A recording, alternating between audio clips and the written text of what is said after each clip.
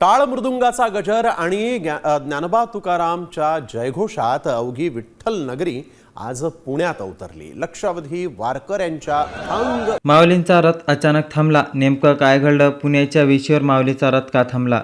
खरं तर जेव्हा ही वारी सुरुवात होत होती, पालखी प्रस्थानाच्या 2 दिवसाआधीपासूनच 6 ते 7 जुलै रोजी आळंदी परिसरात मुसळधार आणि प्रचंड पाऊस झाला। पावसाचा जोर इतका वाढला की पालखी रद्द होते की काय अशी त्या ठिकाणी शंका निर्माण झाली होती।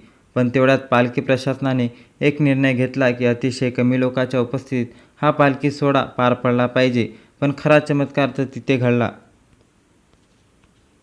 खरं तर पुण्याच्या वेशीवर जो चमत्कार घडला आहे तो आज घडला आहे। पण 8 जुलै रोजी जेव्हा माऊलीच्या पालखीचे प्रस्थान होणार होतं त्या दिवशी पहिला चमत्कार घडला।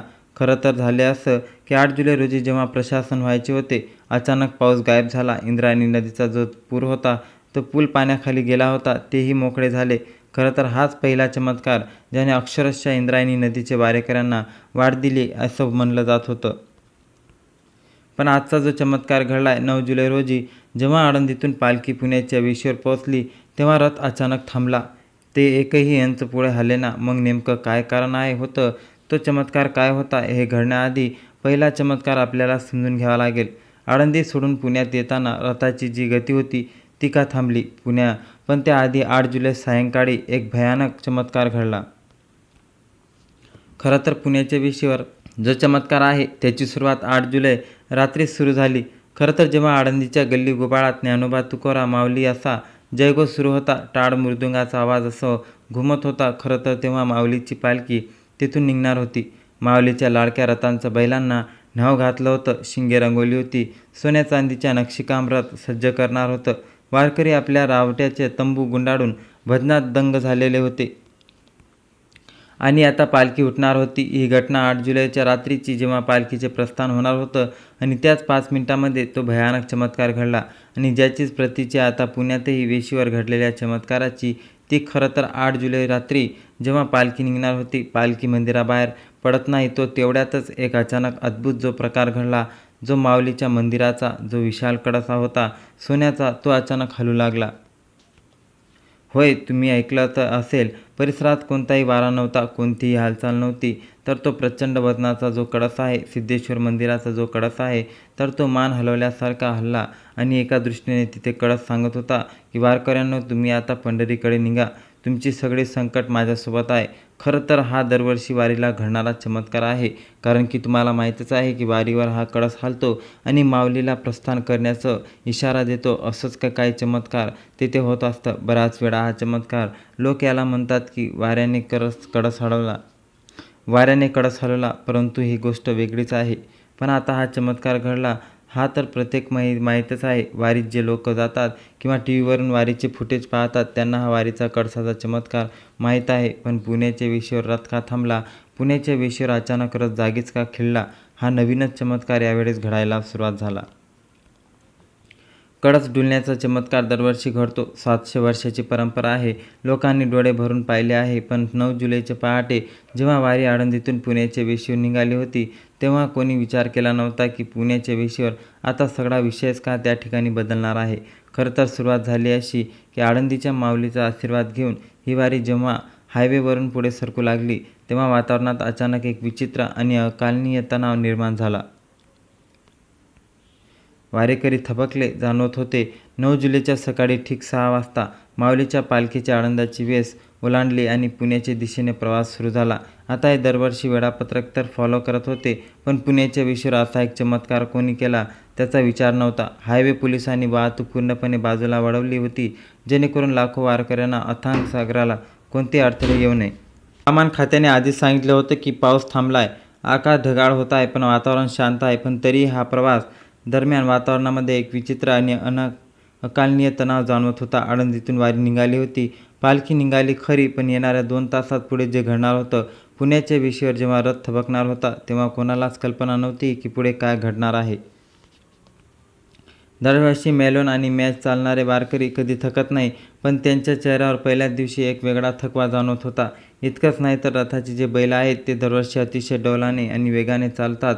जे बैल आज अत्यंत विचित्र पद्धतीने वागत होते. ते वारंवार थांबण्याचा प्रयत्न करत होते. जणू काही त्यांना पुढे जाण्याची इच्छा नव्हती. प्रशासकीय अधिकारी, पोलीस देखील हे वागणे पाहून थोडे संभ्रमात पडले. वारी पुढे जातच नव्हती आणि पुढे सरकतच नव्हती. आळंदी आता मागे पडली होती. पुणे शहराची हद्द आता जवळ येऊ लागली होती. जसे जसे पुण्याची वेस जवळ येत होती तसतसं वातावरणाला एक गूढ निर्माण झाला वाढतच चालला. वारेकऱ्यांना वाटत होतं की काहीतरी अघटित घडणार आहे, पण जे काही होणार आहे त्याची कल्पनाच कुणाला नव्हती. अखेर आळंदीचा सगळा भाग मागे सोडला. काही वारकरी पुढे, काही वारकरी मागे चालत होते. बऱ्याचशा वारकऱ्यांना पुण्यात थांबायला सांगितलं होतं, कारण की पालखी जो सोहळा आहे तो अतिशय लिमिटेड लोकांमध्ये झाला होता. कसाबसा पूल पास करण्यात आला. आळंदीची वेस सोडण्यात आली. आता पुण्याची वेस दिसू लागली होती. अखेर ती वेळ आली होती. वारी पुण्याच्या वेशीवर पोहोचली. अचानक लाखो लोकांच्या काळजाचा ठोका चकवणारी घटना घडली. रथासोबत नेमकं काय घडलं? दुपारच्या सुमारास माऊलीची पालखी पुण्यात हद्दीत म्हणजेच की पुण्याच्या वेशीवर आता दाखल झाली. माऊलीचे स्वागत करण्यासाठी लाखो पुणेकर रस्त्याच्या दुतर्फा उभे होते. 9 ते 10 जुलैच्या पुण्याच्या मुक्कामासाठी प्रशासनाने मोठी धावपळ सुरू करण्यात जय्यत तयारी केली होती. पण माऊलीच्या रथाने जसं पुण्याच्या हद्दीत पाऊल ठेवलं तसा संपूर्ण रथ जागच्या जागी थांबला. रथाच्या चालकाने बैलांना पुढे हाकलण्याचा प्रयत्न केला, पण रथाचे मनाने बैल जागेवरून 1 इंचही हलत नाही. ज्यांनी आपले पाय जमिनीवर जणू घट्ट रोखून धरले आहे. लाखोची गर्दी मागे उभी होती. टांग मृदंग चालू होते, पण रथ पुढे जात नव्हता. हा चमत्कार पाहून वारेकऱ्यांमध्ये प्रचंड खळबळ उडाली. वारीत कधी न घाबरणारे वारकरी आज उघड्या डोळ्यांनी हा प्रसंग पाहून थोडे भयभीत झाले होते. अनेकांच्या डोळ्यात आनंद, अश्रू आणि भीतीने संमिश्र भाव होते. साक्षात माऊलीचे रथ रोखला की काय अशी भावना निर्माण झाली. पोलीस आणि प्रशासन अधिकारी धावपळ उडाली. रथाची चाके कुठे अडकली आहेत का तपासण्यात आलं, पण रस्ता सपाट, चाके पूर्णपणे मोकळी.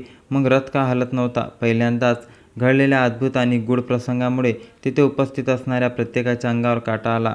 सोशल मीडियावर प्रश्न सुरू झाले. करोडो लोक चमत्कार मोबाईलवर पाहू लागले. वारकरी ठप्प झाले. वारी ठप्प पडली. रथ जगाचा हलत नव्हता. मग संकटाच्या वेळी 30 वर्षाचा प्रदीर्घ अनुभव असणारे जुने वारकरी पुढे आले. त्यांनी रथाजवळ जाऊन नेमकी काय तपासणी केली, कोणतं सत्य बाहेर आलं? रथ जागीच खेळल्यामुळे जेव्हा प्रशासनाची मोठी धावपळ उडाली, वातावरण आधीच गंभीर झाले. वारीतल्या काही ज्येष्ठ अनुभवी वारकरी पुढे आले. गेल्या 30 ते 40 वर्षापासून सलग माऊलीची सेवा करत होते. ते रथाच्या जवळ आले. त्यांनी सगळ्यात आधी माऊलीच्या पादुकांचे दर्शन घेतले. त्यानंतर रथाच्या बैलाचे निरीक्षण केले. त्या अनुभवी वारकऱ्यांनी जेव्हा बैलाच्या डोळ्यात पाहिले, त्यांच्या पाठीवरून हात फिरवला, तेव्हा त्या चमत्कारिक खरं कारण समजलं.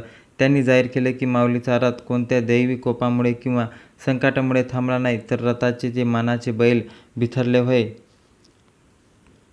गेल्या 2 दिवसापासून झालेल्या मुसळधार पाऊस, त्यानंतर अचानक वाढलेली लाखोंची गर्दी, पुण्याच्या वेशीवर स्वागतासाठी वाजवणारे ढोलताशे, वाहनांचे हॉर्न, त्यामुळे हे मुके जीव दचकले किंवा बिथरले असावेत. भीतीपोटी त्यांनी पाय जमिनीवर घट्ट रोखून धरले होते, ज्यामुळे रथ पुढे सरकत नव्हता. जुने वारकरी आणि रथाच्या चालकांनी लगेच परिस्थिती हाताळली.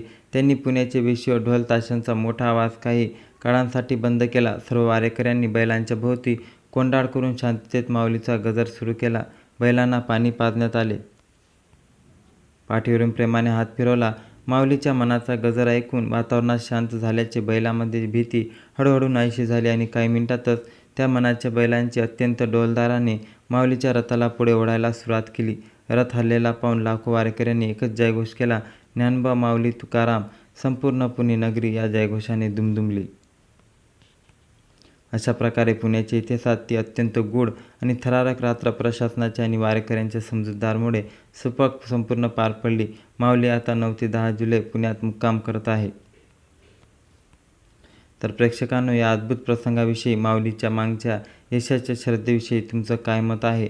आम्हाला कमेंट बॉक्समध्ये नक्की कळवा. आणि लक्षात ठेवा, एका कमेंटमुळे माऊलींची जयघोष नक्की करा. आणि जर तुम्ही विठुरायाचे माऊलीचे खरे भक्त असाल तर कमेंटमध्ये रामकृष्ण हरी लिहायचे अजिबात विसरू नका. आणि जास्तीत जास्त आपल्या वारकऱ्यापर्यंत हा व्हिडिओ शेअर करा. जय हिंद, जय महाराष्ट्र. धन्यवाद.